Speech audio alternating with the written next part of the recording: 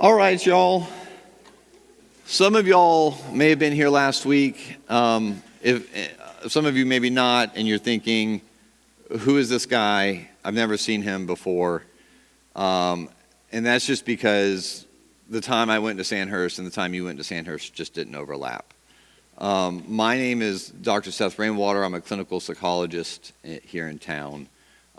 Me and my family, we attended Sandhurst for many, many years until our son and I got more involved at the King's Academy.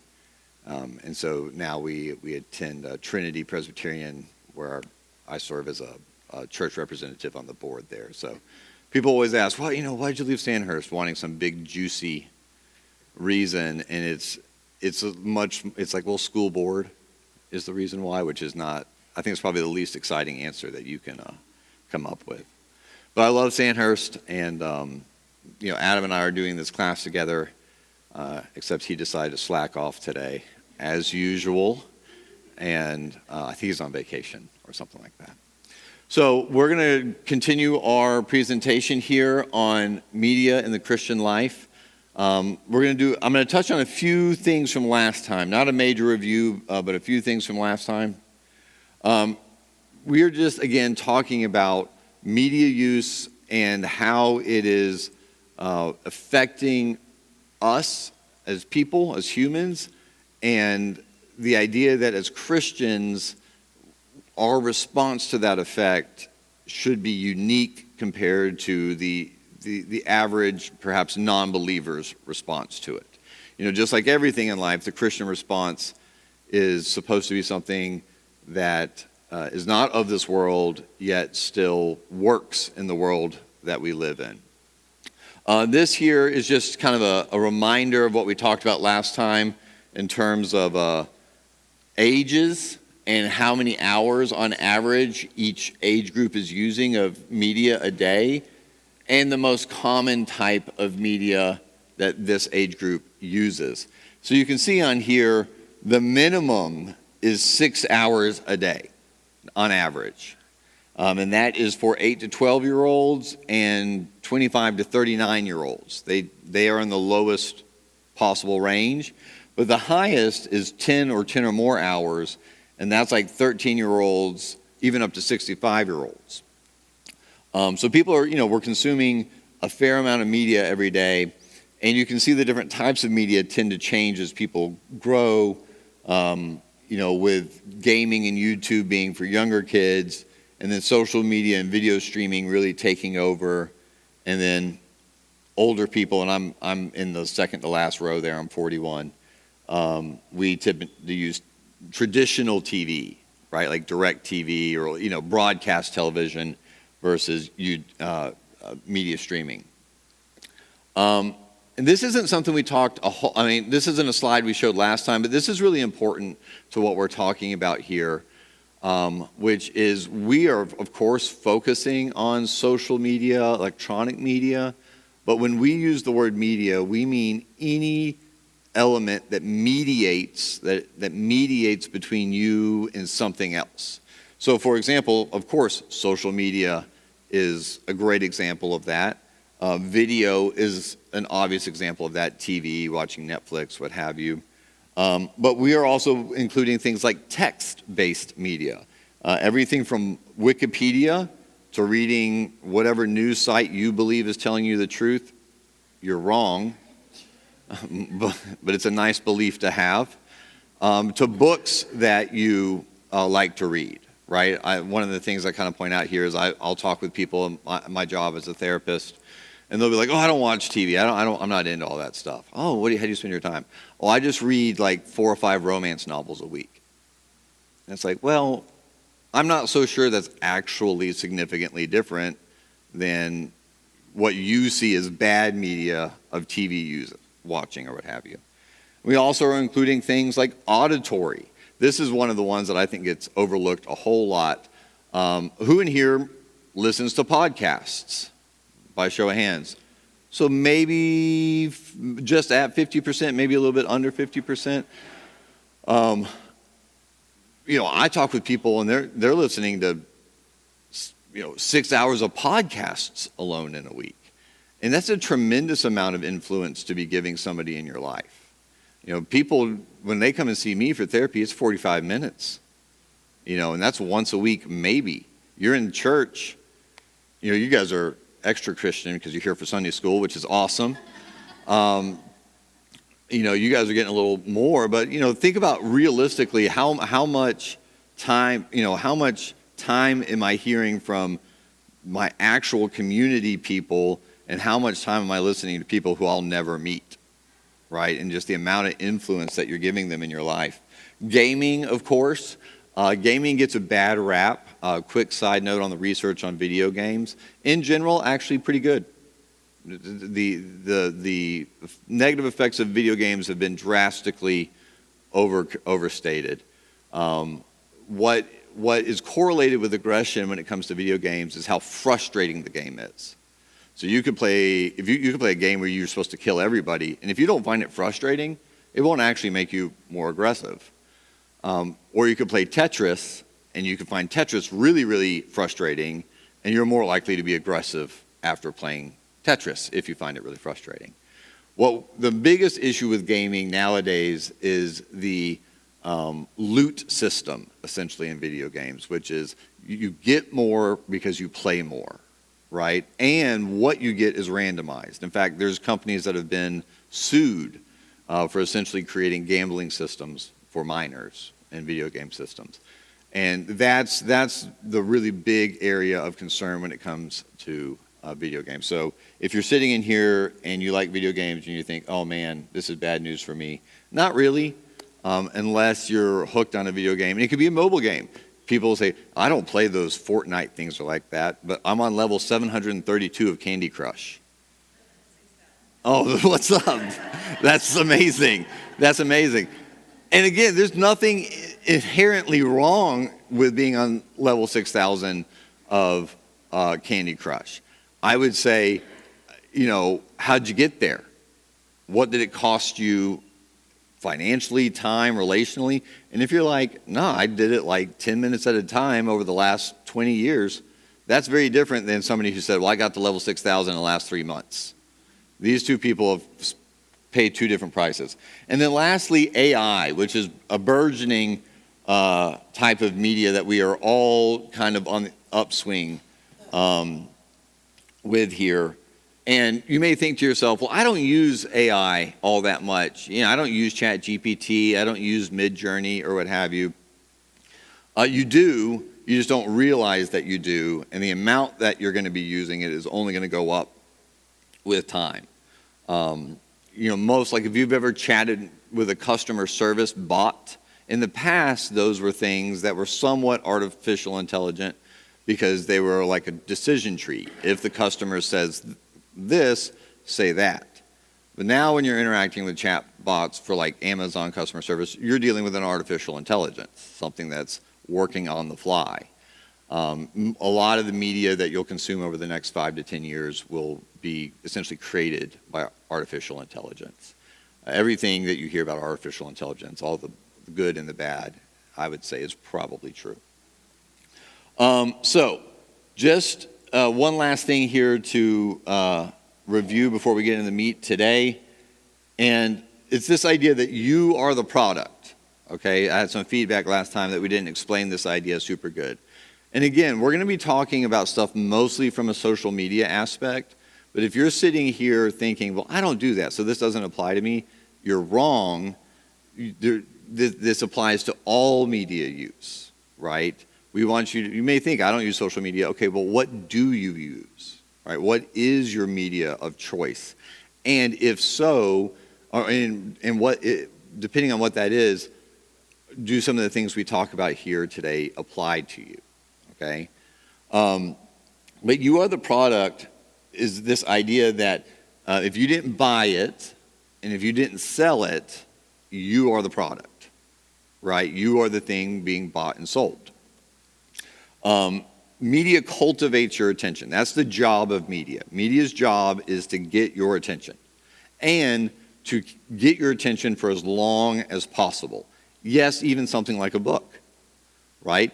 Every author would love it if you yeah, I read your book, and then I read it again, and then I read it again, And I was, wow, I'm getting a lot of this person's time and attention. Think about how many people saw them reading my book. Think about how many times people heard them talking about my book.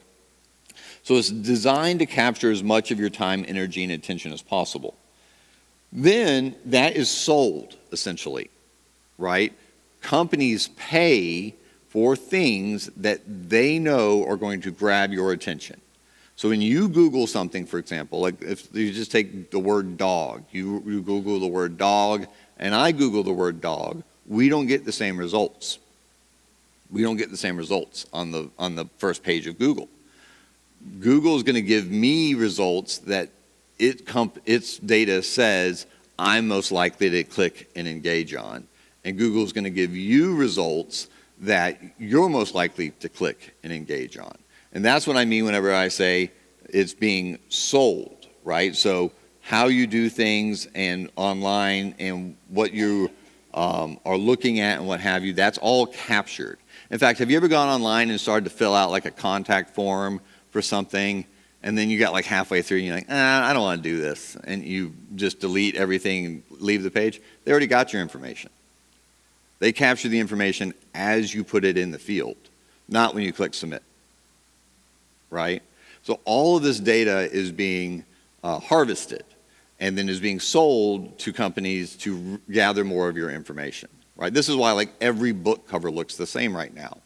You know, if you go to Barnes & Noble, all the popular books have like this really, in my opinion, samey look of things, like Court of Thorns. Somebody in here reads it. The one about the dragons? Not what I'm thinking of, but sure. She's got the acronym. A Court of Thorns, and it looks just like the Hunger Games covers and things like that. That's not by accident. It's because somebody has bought the information that says people are buying books that look like this more, right? And so that's what I mean when I say third parties then use your attention, right? They are going to cultivate things to gather your attention. And as they gather your attention, they want more of it. And this cycle repeats on itself over and over and over and over. And yes, this is most true for social media, but again, it's true for everything down the line. Does that make sense? This is like, take it to something as simple as you go back to so the other day I was eating Lucky Charms with my kid, and he's 6, and I said something like, they're after me, Lucky Charms. And he's like, well, what does that mean? I said, well, the kids are chasing him. And he's like, well, why are the kids chasing him? And I realized, so my son's seen probably like under 100 commercials in his life, because I pay for commercial-free everything. And I was like, wow, he has no idea what this means because he's never seen a Lucky Charms commercial, right? The kids are always chasing Lucky to get his Lucky Charms. So they're after me Lucky Charms doesn't make any sense unless you've seen the commercials. And so I was telling him about commercials, and he was like, I want to watch those. And I was like, okay. So I went on YouTube and I like searched for Lucky Charms commercials, and he watched a couple, and he's like, these are awesome. And I was explaining to him how TV used to work, and so I found like somebody uploaded 3 hours of like Nickelodeon from the early 90s. And I said, well, let's watch a show with commercials. And what type of commercials do you think they showed on Nickelodeon? Do you think they showed life insurance commercials? Or like Life Alert commercials? Or car commercials? What kind of commercials? So what? Pharmaceuticals. Well, they showed us toys. They showed toy commercials. Why? Because they are paying for Nickelodeon to cultivate the child's attention so they can get a slice of it, right? So we've been dealing with this long before social media, is my point. Okay, let me jump back in. Does anybody have any questions about kind of that review there right quick? Or actually, I'm not going to say thoughts. Let's just say questions. So, again, the goal here is not to say media is bad. In fact, I'd say media is pretty cool. It's about when, why, how are you engaging with it. So, like, for example, I have we have a program at my job that the staff can chat with each other on, okay? And whenever I'm at work, I use it. That's probably pretty fair. If I'm at home checking it and responding to it, why? You know what I mean? So I would say in general, work media, as long as it's being used during work, doesn't really fall into the category of concern that we're talking about. But I'm sure we all know, or probably have ourselves, let work media be something that we do at home, right? And at that point is where we're saying, okay, when, how, and why are we using this, right? Does that make sense to you? Other thoughts or questions, or also right now I wanted to touch base on the homework, right? Because we were trying to journal our media use. I meant to take a screenshot of my spreadsheet, but forgot. But one thing I noticed, for example, was I found myself most dissatisfied with media use when I chose to use it because I was tired. Right, so like I color coordinated my media use, and like if how I felt afterwards, if it was green, it meant I was like, yeah, I'm glad I did that. And if it was red or yellow afterwards, I was like, I wish I'd done something else. And almost all of the times it was red or yellow, my what was I doing before or what was I feeling before was tired. So I was tired, so I'm just going to watch something. And then I got to the end of watching it, and I was like, that was stupid. Right, like I did not feel enriched by it at all. Does anybody want to share any insights they got from their homework or the discussions they had with their family? Or rather, does anybody willing to? Let's not ask if you want to. And that deviation is designed. Like you may think, no, I thought of that. Well, maybe, but it's not like it was by accident that you went on for shoes and ended up searching for ladles, right? I'm sure we've all heard the story, which is a true story, about the woman who found out she was pregnant because Target started sending her ads for diapers before she had taken the pregnancy test. This is true. There's actually multiple cases like this where people's behavior begins to change when they're pregnant, or women's behavior begins to change when they're pregnant, even in ways that they aren't necessarily aware of. And so what they eat and how they do and whatever begins to change. Companies know that data shift and will already start targeting you with like diapers and things like that. So that deviation is by design, right? And it's so easy I went on to get shoes and I'm like 4 hours into ladle reviews. Okay, so this is a good question and that was a good story. Let's use both, because let's talk about that today, because there are specific reasons for why these things are happening beyond even just, it's not like the tech companies have figured out something and it just works. The tech companies have figured out a way to hijack natural systems in our body and our mind, right? Does that make sense? It's not they are just doing something. No, they are doing something specific that affects us in a very powerful way. So let's kind of jump into that. Is that cool if I answer it like as part of the, thanks, okay. Okay, so mind in the media. So let's talk about the addiction cycle. Okay, I'm going to show you a picture of this, so don't worry about like remembering everything on this slide right quick. But what you need to know is that you have what's called a reward center in your brain. Okay, and you have what was called a reward circuit. So there's a part of your brain that lights up when you do something that is rewarding, right? And that could be anything. It could be literally anything. And this is good because it's what helps us and motivates us to keep it up, right? So like, for example, when I was dating my wife and we kissed, the reward center in my brain went off. And I was like, man, I really like kissing she wasn't my wife then, my girlfriend. And so my brain's like, okay, how do we keep that going? Right? And so I'm going to be thinking about things that I can do that increase the chances of that happening again. And that ultimately led to marriage and a baby. So that's an awesome outcome of thumbs up. Rewards, that's my wife. That's why we were giving thumbs up to each other. Or like you study really hard for a test and you get an A and your brain goes, wow, I feel awesome. Or you practiced a lot for pickleball and you finally got your serve right and your brain's like, oh, yes, right? Reward centers is what kind of helps drive us to continue practicing something and pursuing something. It's really good, right? It's part of how God designed us. But like all things, it can be disrupted, and broken. So I'm going to show you a picture here. And so the scripture here kind of, you are slaves to the one you obey, right? So this is the hooked cycle. Starts up there and at number 1, goes around to number 4, and then starts again, okay? Basically, there's something that happens that prompts the user to act, okay? It could be desire, it could be fear, it could be fear, right? Oh my gosh, I heard about, this thing, I need to check the news, right? Or I need to call my kid, or whatever. There's something that triggers your brain to go, hey, you need to act. You need to do something. We then act, okay? And we do this we're anticipating a reward. If I do this, then I will likely get a positive feedback, okay? The outcome is unpredictable, which in psychology we call a variable response reward.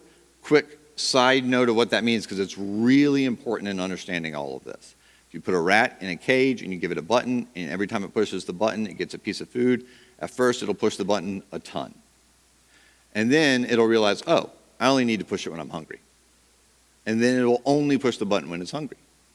If you put a rat in a cage and you give it a button and it doesn't do anything, at first it'll push it a lot to see if it can, what's the deal? But once it realizes it doesn't get any food, it stops doing anything. If you put a rat, and your goal is to get the rat to push the button as much as possible. If you put a rat in a cage and you give it a button and sometimes it gives you food and sometimes it doesn't, that rat will never stop pushing the button. Because it doesn't know if the next push is the last time it's going to get a piece of food, right? Or think about slot machines, gambling. Gambling is a very clear example of what we're talking about here. Nobody pulls the lever thinking, I'm going to lose. They're like, maybe this time I'm going to get that jackpot. I got it 37 pulls ago. So, 37 is a multiple of this, and I'm pulling it, They have all these crazy systems. It's random. It doesn't work. But we do these things with the anticipation that we're going to get a positive reward, but it doesn't always work. Only sometimes we get that positive reward, which our brain is like, ooh, now we got to do it again, okay? So then we put something into the product, right? Time, effort, what have you, increasing the likelihood of the future use. So again, think about the gambling machine, right? What do the allegory here would be like, I'm literally putting money into the machine, right? I'm putting something into the machine that means more likely I'm going to keep trying it again. Because I just lost a quarter, so now I have to play again because I'm down 2 quarters, and so I have to win at least 4 quarters, yada, yada, yada, okay? So that reward center in your brain is what's going on there, okay? Whenever it's pointed in a healthy direction, it's what motivates you to practice. It's what motivates you to study. It's what motivates you to chat up the cute girl in college. It's what motivates you to, mow your grass or what have you. But it can be very easily hijacked. And this, Reeves, to your question, is why people basically keep it with them all the time. Because at any moment, this could produce something positive for me. Maybe I get a text from somebody and I feel, ooh, I'm important. Or if I'm on social media and I'm posting things and I get likes and then I get little notifications of my likes. Right. The other day, I'm part of this group chat for the youth worship team at Trinity, and I'm helping them out with that. And they were kind of getting off the rails, so I kind of posted this thing. I was like, guys, chill out. I just kind of basically chill. We're gonna handle it this way, whatever. And somebody thumbs up my response. I checked 3 or 4 more times. How many more people have thumbs upped it? Wow, how exciting. That's variable response, right? So we keep these things near to us because they're essentially little slot machines that may go off jackpot at any moment. And so we don't want to be away from them because what if we miss? Or what have you. So this is why people, when they talk to you, they have this thing and we don't think anything about it because we're kind of like that too. Does that make sense? Okay. But there's problems here, right? So media in the mind, emotional dysregulation, increased anxiety, depression, and loneliness is correlated with kind of undisciplined or unrestricted media use. Yes, again, most pronounced in social media. The more passively you get to engage with something, the more dangerous TikTok takes. It's like reading takes some effort. Whereas like scrolling on TikTok takes very little effort. But maybe that next video is going to be the funny one. Or whatever one. But the more we use media in general, the more likely we are to be anxious, depressed, or lonely, is kind of the broad takeaway. That's stronger on social media, electronic media, than it is on analog media, but it's there the whole way up. Does that make sense? Of course, problematic internet use. This, like I was just saying, tends to make it worse. In fact, the DSM, which is the Diagnostic Manual for Psychology, which is created by the APA, which is worth about as much as, they're terrible. But they are considering adding an internet use disorder to the DSM. Like this is becoming such a problem, right? Which would be like a smart thing, so it'd be good for APA to do it. But of course, with management, there can be good impacts of media. If you look, he's told me to swipe.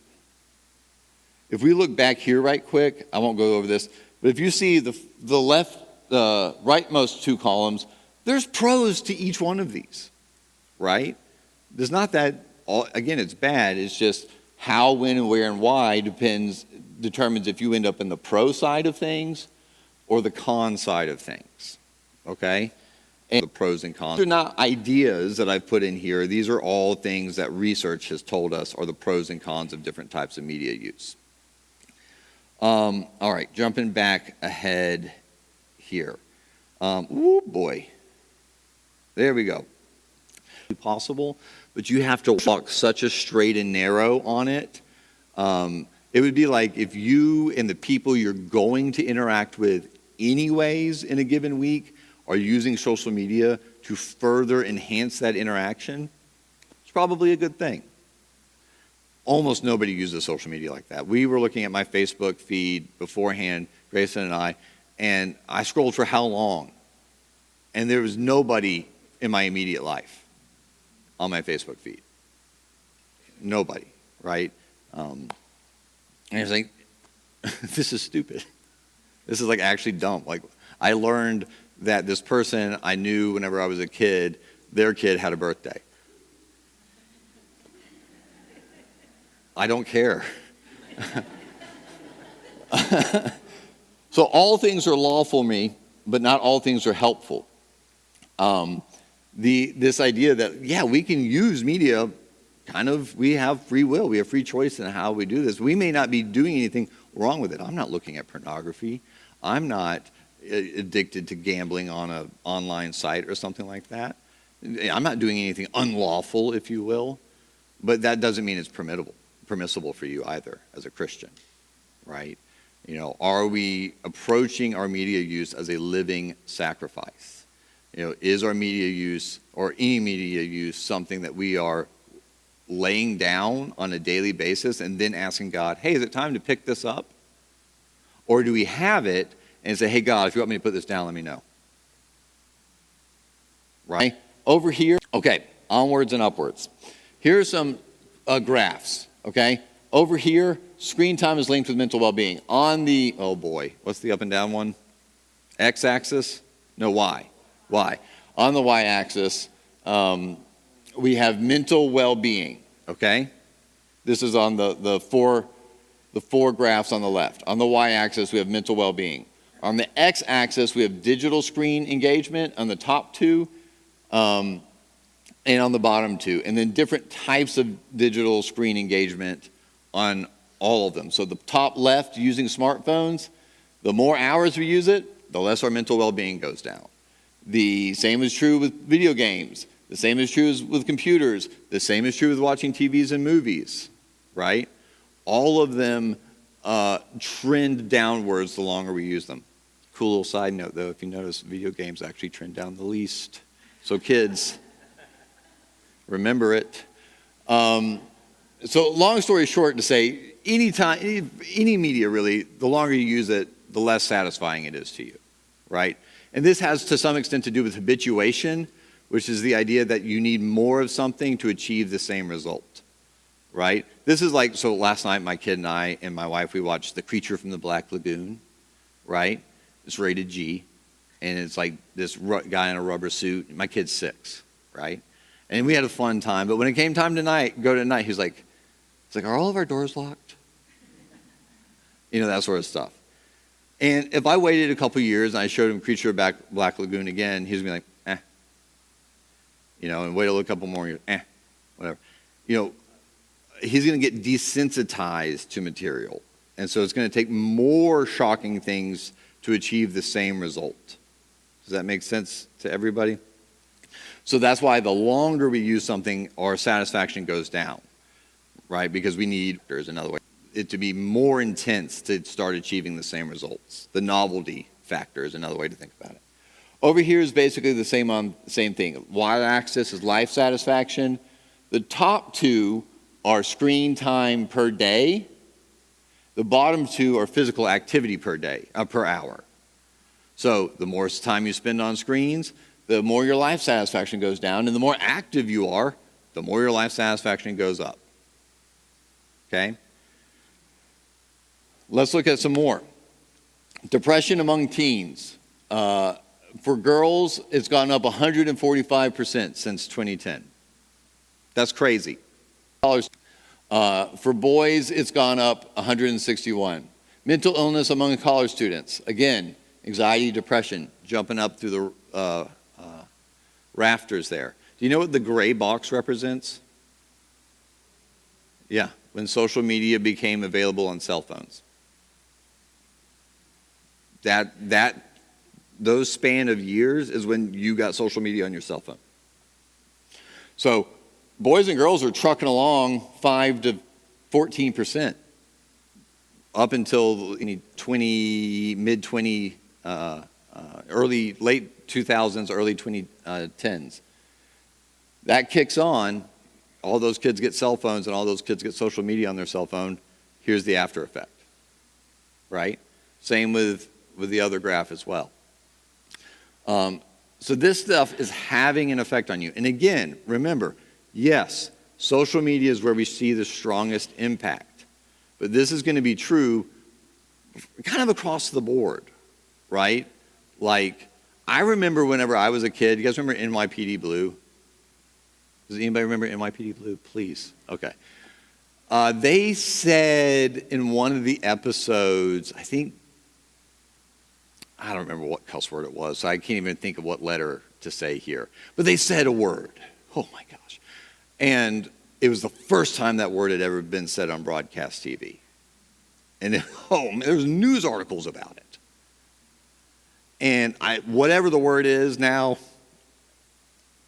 is no big deal, right? We have of these factors in all areas of life, right?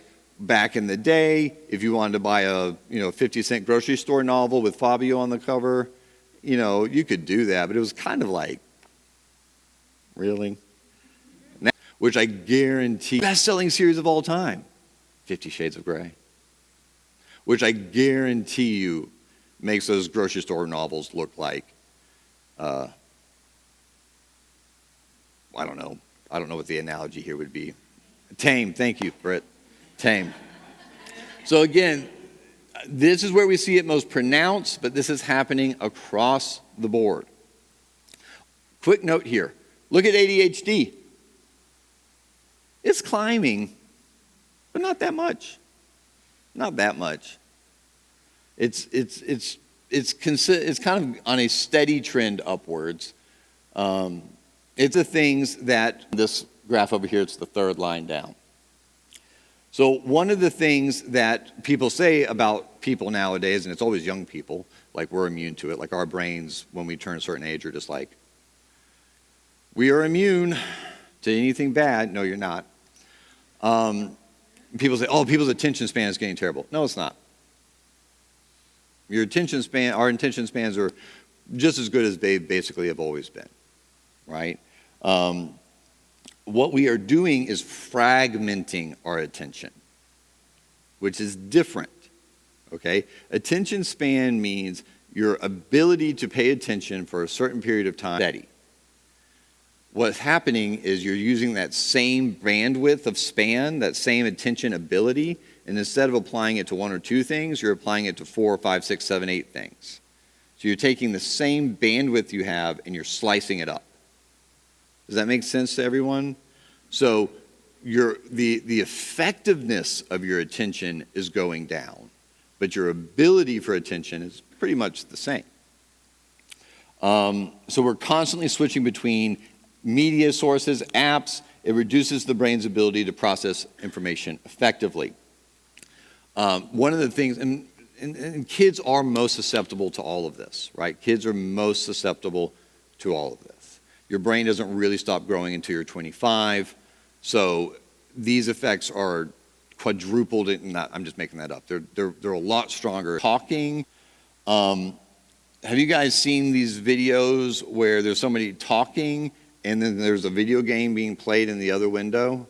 You guys ever seen these? Yeah? So like there's somebody talking about something here. Maybe it's video. Let's talk of like Subway Surfer or Candy Crush or whatever is being played over here, or Call of Duty is being played over here. So that kids are watching something that they're interested in but need this other flow of information because they're used to paying attention to 6 or 7 different things. I've started to see this getting implemented in classrooms where teachers have their PowerPoint. It would be like if I had a PowerPoint, but half my slide was a guy playing Call of Duty right now, right? The goal being that I'm keeping your fragmented attention here as much as possible versus it being spread elsewhere. We're also, the short form content isn't helping either. Again, it's not reducing our attention span ability, but it does. Don't want to get too technical here, but like when we get information, it goes through several steps before it becomes learned or remembered. And basically, the quicker we're going through things, the more as that system gets. And so we're just not getting as much in as effectively as if we're doing one thing at a time. So does it look like people's attention spans are getting worse? Yes, it looks that way. Is that what's actually happening? No, we're just being trained to use our attention much, much more inefficiently. Okay? And I think this matters because I think it's really easy to say to young people, you young people, your attention spans are trash. And that's not helpful. Like, what you're basically saying to them is they have an unfixable problem. Right? And you also have to ask yourself, what are you modeling? Are you making dinner and have the TV on? Well, I'm watching a guy talk about photosynthesis and play Call of Duty. What's the difference? Are we doing one thing at a time in our home?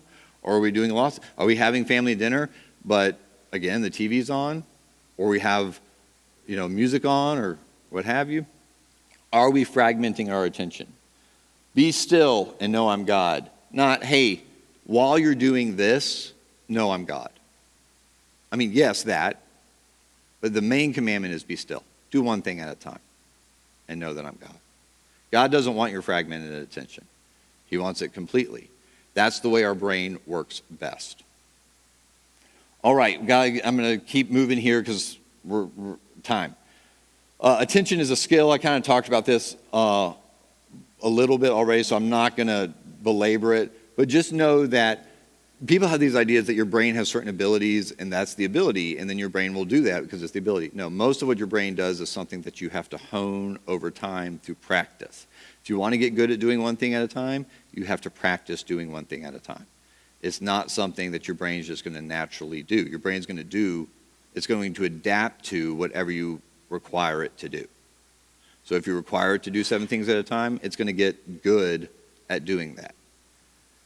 So don't have this idea that, well, if my brain, if it's best for my brain is what my brain's going to tend towards. No, your brain is going to tend towards whatever you point it at. Okay? That's basically what the slide says. Here's an analogy. We'll skip it for the sake of time, but it's like, imagine if you were talking to somebody and they swore schizophrenic. I don't know what you're saying. We wouldn't accept this in real life. Why do we accept it in other areas of our life? All right. Other impacts of the media. Again, I'll kind of go a little bit quicker through these here. It increases them thinking. Do you read Fox News or do you read CNN? Right? Because only certain people read CNN, right? We know who we're talking about. And only certain people read Fox. What a silly idea. But that's what it's cultivating. It wants them thinking. CNN wants to say, well, if you're this type of person, you read CNN, so that you'll check Fox or whatever else less and give them more of your attention. Right? It's not by accident these things are happening. It's because there is specific profit and power motivations that these things are happening. Other things happen. It undermines expertise. Oh my gosh, in my job all the time. Okay, I listen to them talk for a while and I say, you don't have OCD. I have a doctorate in psychology. I say, you don't have OCD. And they go, yeah, but the guy on TikTok. I'm better than him. I know more than him. I'm an expert. He's a guy on TikTok. But it undermines expertise. It undermines expertise. Do not give that which is holy to dogs and don't throw your pearls before pigs, right? This overuse of I think podcasts are a big factor here. Joe Rogan, I don't listen to Joe Rogan, so I don't really know. The dude used to make his living by hosting a show that you won money if you ate roaches, right? That's before that show. Hey, comic, and then Fear Factor. You guys remember Fear Factor? Anyone? There's a reality show. Hey, I'll give you $50 if you eat these roaches, right? I'm not that interested in what Joe Rogan has to say about the state of the world. I think somebody who's a good conversationalist, cool. That doesn't make you smart. And I do not care what he has to say. I'm not going to give my attention. I'm not going to, give which is holy to dogs. Not that my attention, but the idea here is I need to be a steward and the body, the gifts and talents God has given me. Media in the body. Whew, okay. Sexual response in pornography. Obviously, so pornography is obviously a problem. Average first exposure to pornography at this day and age is around the age of 11 to 12 years old, and some studies say 10. Pornography literally changes the wiring of your brain with extended use. Lots of men use pornography. Women using pornography is rising faster than it is amongst men. We're still winning. To men at this point, I mean, there's still a gap. We're still winning. But they're rising, they're growing faster. I'm sorry about that joke. It does so many things problematic that I'm not going to go into all today, but it does everything from change what you expect out of sex. Even movies do this, right? Like in movies you see, I'm sorry, but let's just be real. You see people have sex. You know what scene they cut out? Like 5 minutes after sex? And like how people manage whatever's going on there, right? That's never included in movies, is they had sex and then they're just asleep. And wow, that's so wonderful. No, there's steps in between all of this, but that's not part of the expectation we want to build. Well, that's 10 times as true in pornography. The more you use pornography, especially for men, the more likely you are to have sexual dysfunction problems, like erectile dysfunction, premature ejaculation, things like this. And pornography is perhaps one of the ones that is the strongest for increased demand for novelty, where you start out looking at pictures of naked women and you end up in Fetishville, and it's crazy time over there. Like, I think most people can go like, I understand why people would want to see somebody really attractive naked. Like, we can all understand the idea of that. When you get over into Fetishville, you're like, I don't understand that at all. But their demand for novelty has increased such that what God designed to be the sexual activation, which is basically seeing his design, is no longer sufficient. And you now have to see it distorted and twisted and abused and misused in order to get aroused. Okay. I already went over all this here. Sleep disruption, huge. Real quick, let's pretend you're going to take a nap, okay? Like, oh, nap time. I'm going to take a nap.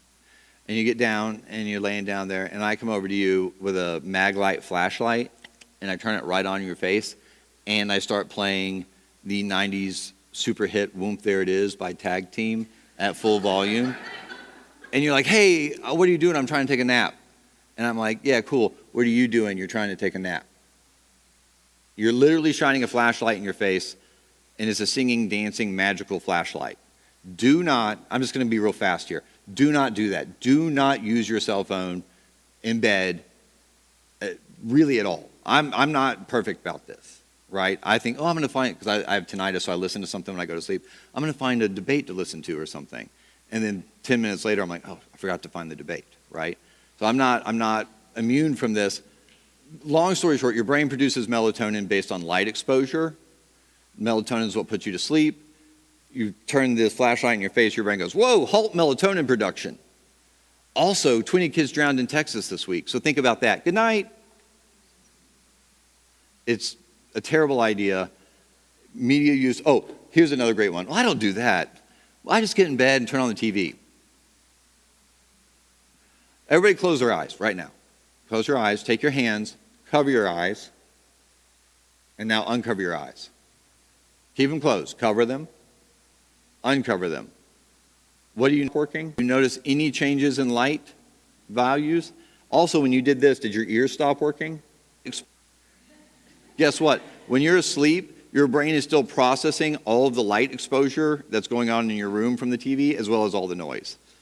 So people are like, I fall asleep to the TV, my sleep is terrible. Yeah, because your brain doesn't reach the deeper levels of sleep that it needs because it's processing auditory and visual information all night.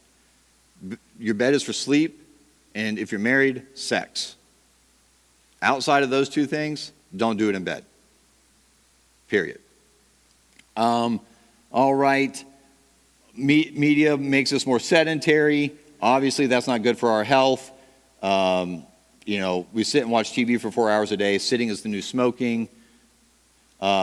Media use is especially for women, although men are catching up. So women, you're winning. You're winning this time with body image issues. Girl power.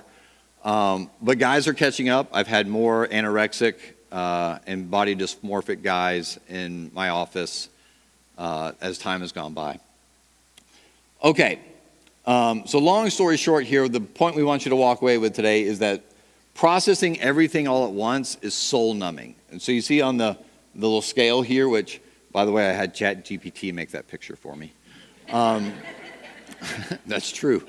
There's a person crying and there's a cat. If you scroll through my feed on Facebook, 20 kids drowned in Texas. Here's a funny cat. Here's a board game you should buy. Senator shot in his home. Hey, your friend that you went to elementary school, their kid had a birthday. All of this information is equally presented, which means it's all of equal importance. Cynicism, nihilism is on the rise amongst people, especially young people, primarily because we tell them at the same time, hey, it's terrible what happened in Texas with all these 20 kids who died. Also, right? Tips to find all the new tricks in Mario Kart World, right? These two things are not equal. And what happens to us is we get numb as people to where we just, remember Columbine? You guys remember Columbine? Now I see something about school shooting, I'm like, yeah. My soul's numb to it. One, because it happens more. Well, there's some, whatever. But mostly because it's being presented alongside everything else. We are God calls us to be the stewards of our finances, of our family, but we are to be a steward of this and this before everything else. This is why the first and greatest commandment is what? You love God with all your, right? You have to take care of this before you can do any of the other commandments well. And if you're not stewarding this well, you're going to be bad at everything else. That's too strong to say. You're going to suffer. It's going to suffer. It's going to suffer. And this is all media wants. It's not a neutral playing field. This is what media wants, and this is what God wants. Again, media is not bad. I love TV. I love board games. I love music. I use this stuff every day. How, what, and why? Is it bringing my soul to life, or is it numbing me? Does this make sense? All right, homework for this week. Plan and fully engage into media-free interactions. One extended time with God and one extended time with others. A couple weeks ago, I had a bunch of kids over from the youth group or whatever. We ate pizza. After pizza was done, you know what I did? I brought out the box. Everybody put their cell phone in the box, mine included, right? We had a whole evening. No, turn on your favorite. One extended time with God, which means don't use your Bible app. Don't turn on your favorite Christian devotional video. Old school. If the King James Version was good enough for Jesus. And then we want you to reflect, how did your attention and experience change with and without media interruption? The good and the bad. What did you notice was a positive? Dear Lord, thank you for today. And we are grateful for media. We do. We say thank you. Thank you for the technology and the excitement and the neatness of it all. But we want wisdom and when and how and why are we engaging with it. Please you promise us in your word that if we lack wisdom and we ask you for it, that you'll provide it. And so I'm asking for each and every one of us, Father, that you would give us wisdom on the when, why, and how of our media use this week. That every time we engage in a book or a song or a scroll or a whatever, we would find our soul in life more abundant versus numbed. Because you came to give us life and life more abundant. In your holy and precious name we pray. Amen. Thank y'all. Run to the sanctuary.